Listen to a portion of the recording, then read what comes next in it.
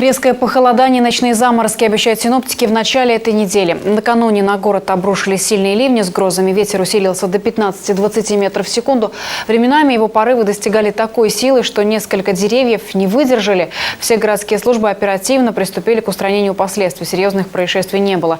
Однако в двух случаях тополя рухнули на припаркованные рядом автомобили. Еще в одном ветер повалил дерево прямо на здание. На улице Бориса Богаткова, рядом с остановкой Белинского, упавшая на провода ветка затруднила движение по маршруту 10-го троллейбуса, из-за чего возникла большая пробка. Как пишут в соцсетях очевидцы, штормовой ветер сбивал с ног, кому-то даже пришлось схватиться за дерево, чтобы его не унесло. В микрорайоне Закаменском произошел обрыв электросетей, сообщили местные жители.